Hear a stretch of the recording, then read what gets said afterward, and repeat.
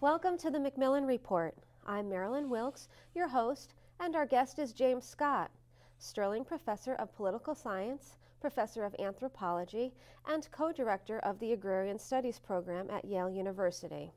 The author of several books, including Seeing Like a State, Professor Scott's research concerns political economy, comparative agrarian societies, peasant politics, Southeast Asia, theories of class relations, and anarchism. Today we'll talk with Professor Scott about his newest book, The Art of Not Being Governed. It's the first ever examination of the volumes of literature on state-making that evaluates why people would deliberately remain stateless. Welcome, Professor Scott. Happy to be here. Let's begin with an overview of your book. Tell us about it. The book is a study of perhaps 100 million people who live in the highland areas between Southeast Asia, China, and India. So this is an area above 200, 250 meters in the highlands of Vietnam, all of Laos, a little corner of Cambodia, northern Thailand, northern Burma, the southern, large southern provinces of China, Yunnan, Guangxi, and Guizhou, and also northeastern India. And this is an area where I argue these 100 million or so people who speak many different languages, who belong to many different ethnic groups, they are often seen as primitive people who have always stayed, who have never been, in a sense, touched by states. My argument is that these people for the last 2,000 years have been running away from states, from taxes, from disease, from wars, from conscription, and over time they have moved into the hills as states have displaced them, the Chinese state in particular, and that they have become ethnic groups in the hills. So they're not primitive people. They're people who've chosen to move to the hills and stay in the hills in order to avoid the inconvenience of being incorporated as a state. How did you come to write the book? What gave you the idea? Well, I've always, I'm a Southeast Asianist, so I work on Southeast Asia, in particularly Malaysia, and now I'm working on Burma. And I began being interested in the minority ethnic groups of Burma, which are 30% of the country, and which have conducted rebellions against the Burmese government for the last 40 or 50 years. They're the longest rebellions, in a sense, in the modern world. And as you probably know, on the 7th of November, Burma is holding largely fake elections. And so I originally became interested in this, in trying to understand the deep history of Burmese politics, the relationship between the valley people and the hill people. That's the way people think in Southeast Asia. And so this got to be larger than that and got to be a deep history of the hill people in general throughout Southeast Asia. And tell us about your methodology. How did you do the research? It seems like it would be fairly difficult given the span, the geography. Well, in the past, I have, although I'm trained as a political scientist, I actually work more like an anthropologist. So I have spent a couple of years living in a Malay village, and I have spent a fair amount of time in the hills of Burma. It's impossible to do research in Burma to get a research visa, but you can do a fair amount of informal research by simply trekking in the hills. So I've done a little bit of that. But largely the book is an effort to canvass the literature, everything we know about all these groups throughout the hills, how they came to be there. Some of these groups you probably are familiar with. The Hmong or Miao people who are, large numbers are refugees because they worked for the CIA in Laos. Many of these people in California, some of them in Minneapolis, some of them in Providence, some of them in North Carolina. And so I picked the major ethnic groups and then did a survey of their folklore, of their agriculture, of their histories, and what we know about their movements historically. And in your book, you talk about the Zomia. Who are the people of Zomia? Zomia is just a word, it's not my word, a Dutch scholar with whom I've worked, he invented the term Zomia. So there's a place called Mizoram in northeastern India, and Zo happens to mean hill, or some people believe it means a place far from the center. And so since this is, in a sense, a mountain region far from states, this is as I said, this area is an area of 100 million people, but it runs through the borders of 8 different nation states, Burma, Thailand, China, India, and so on, and it's at the periphery of all of them. And so my colleague, Willem van Schendel, he thought that we should not have area studies that are concerned with just Southeast Asia or with a nation. We should think of zones that have nothing to do with states. So these are people, in a sense, who have a lot in common with one another by not being a part of states, and we should study this group as a whole. And he proposed that we have institutes and conferences on Zomian studies, and he invented the word as a way of describing this, both the geography of this area, this mountain zone, and the people who live there. Tell us about some of the findings in your book. Well, I can tell you about 2 findings that might, or 3 findings that might be interesting. The first one is that I regard this area as what some historians call a shatter zone. That is to say, it's an area where people who were fleeing states and conscription and taxes and famines and war, they moved away from states in order to be safer. And all these early states were also slaving states, so they moved away in order to avoid becoming slaves, being captured as slaves into remote areas. And so that's one reason why these areas are incredibly complicated ethnically and linguistically, because they're a shatter zone of the little shards of states and people who moved away from different areas at different times, who bump up into one another, and so on. So the first finding is that it's a shatter zone of people who have moved away in the last 1,500 years, 2,000 years. It's a long, deep history. The other thing is that they practice what is called slash and burn agriculture, or fire field agriculture, in which a part of the forest is burned and then crops are planted, and after 3 or 4 years another area of the forest is burned. It turns out to be very ecologically responsible if you have a lot of forest land to use, because you only come back to the same area after half a century or something like that. And my argument is that the reason these people, they have a choice. They could plant wet rice and paddy rice, as we're familiar with, or they could plant this rice. They could plant the root crops that are characteristic of slash and burn agriculture. The reason they plant the way they do is because it's the kind of crops that a state can never seize. That is, if you're growing rice, the state comes and your rice all gets ripe at the same time, it can take all your rice. If you put it in the granary, it can take all the grain, and then you're toast, as we could say.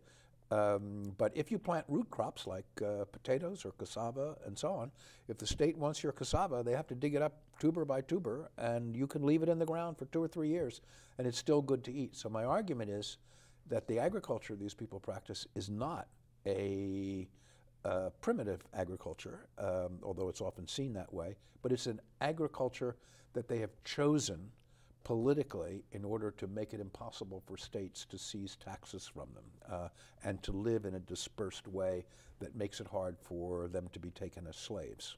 The last finding that I don't have a lot of evidence for, but I want people to think hard about, is that these people are almost all have oral cultures rather than texts and literacy in the modern sense. And so they're seen as backward in this respect as well. And I argue that we ought to at least hold open the possibility that these people once lived in valleys, and we're pretty sure that they had a literate minority, just like the Chinese and Burmans had.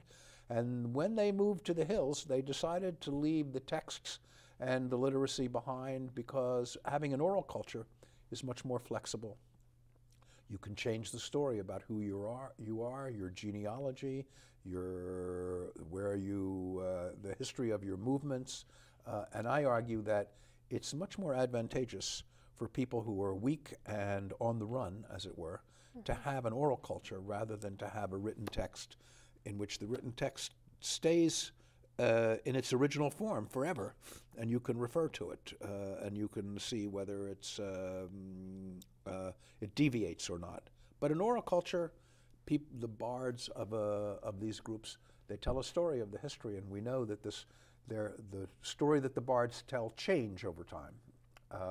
And so you can, if you have bards and an oral culture, you can tell a traditional story that can gradually move in conformity with the circumstances you face, and you can't do that with a written text. Sure. So. And what is the conclusion you reach in the book? Well, the conclusion is that this is the largest area of people in the world who have not yet been incorporated into states. And this world is, in a sense, its time is ending as things like roads, helicopters, forms of modern communication, and so on, make it possible for the states of Southeast Asia and of China to project their power and to actually rule these people directly. But until now, they've stayed out of the grips of states.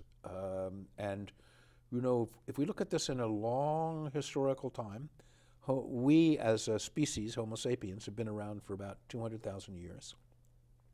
The first states were invented 5 or 6 or 7,000 years ago, and along with grain cultivation. So that's very new. That's the last sort of minute, right, of our time on Earth. And those states were very, very, very small. So historically, most people have lived outside states in the long history of Homo sapiens. And it's only in the last 5 minutes, so to speak, of if we think of our whole time here as a day, that the states have arisen. And so these are kind of the last remnants of people who tried to stay out of the grip of states. Eskimos or Inuit are the same. We can identify an area in Africa where people ran away from the slave trade, the North Atlantic slave trade and the Arab slave trade, and so on. And that's a kind of zone that's like a shadow zone as well, a zone of refuge where people ran. We can find places in Brazil and in Latin America where people ran to the hills. So these places are all over the world. The Berbers would be another example in North Africa. So non-state peoples were once a majority of mankind, and now they're a diminishing minority. But it's a history of the relationship between states and people who lived outside states. What are some of the universal characteristics that you've come across in researching the peoples of all of these different countries in terms of why they would choose to remain stateless or away from the rest of society? It's a good question. In Southeast Asia and Africa in particular, and in Latin America also, the problem of early states was holding people at the center. That is to say, if you're a state, you need to have grain and people concentrated in a small area so you can conscript an army, so you can have the surplus grain. Every state has a lot of people who are not growing grain, who are living off the grain that other people produce. And given pre-modern conditions of transportation, that grain and those people have to be in a small area. For example, a bullock cart carrying grain, if it goes 150 miles, the bullocks will have eaten all the grain that they can possibly carry in the back of the cart. So a traditional state can only extend its power successfully for about 150 miles or so, unless they have a river, which makes it easier to move faster, and so on. So the problem of the traditional state was holding people in so that they could use their labor and they could grab surplus grain. People who lived outside the state didn't have to pay taxes and were not subject to conscription, and were not troubled by large-scale wars, which are a characteristic of states, right? States make wars, wars make states. And so there were lots of advantages of living outside the state. Over time, sometimes people moved toward the state or were taken as slaves and located at the center of the state. But when states got into trouble and there were famines and wars, people leaked back and went to the hills. And they went to areas where it's hard for the state to find them. Okay. And final question. What was the most surprising thing you found in doing your research for the book? I think that the thing that's surprising about the book as a whole, and the reason I think why it's gotten a fair amount of attention, is because most people think that everyone who lives outside the state is some Neolithic, Stone Age survival who have not invented modern agriculture, who haven't invented iron tools, and so on. They're seen as people who are savages, primitives, and not yet, not in a sense, not yet civilized. My argument is that these people were part of civilized valley states, and over time they moved away from these states in order to escape the inconveniences of civilizations, right? Because civilizations mean states. They mean once you crowd people into a small area, you have domesticated animals, and you have the fleas and ticks and rats and mice that feed on the grain, and all of our zoonotic diseases are diseases that move between domesticated animals and human beings. So the early valley states, with this concentration of people, domesticated animals, and grain, were also unhealthy. If we find skeletons of the same period of time in which one group is hunter-gatherers and the other are living inside grain states, the hunter and gatherer skeletons are larger, they're taller, and their bones show less evidence of disease. Whereas the people living in states, their skeletal remains are smaller, and their bones show a lot more evidence of disease. So we have a lot of evidence that it was not healthy to live in early states, not to mention the question of taxes and conscription. Very good. Thank you very much for being here Pleasure. today and sharing some of your research with us. Thank you. Good.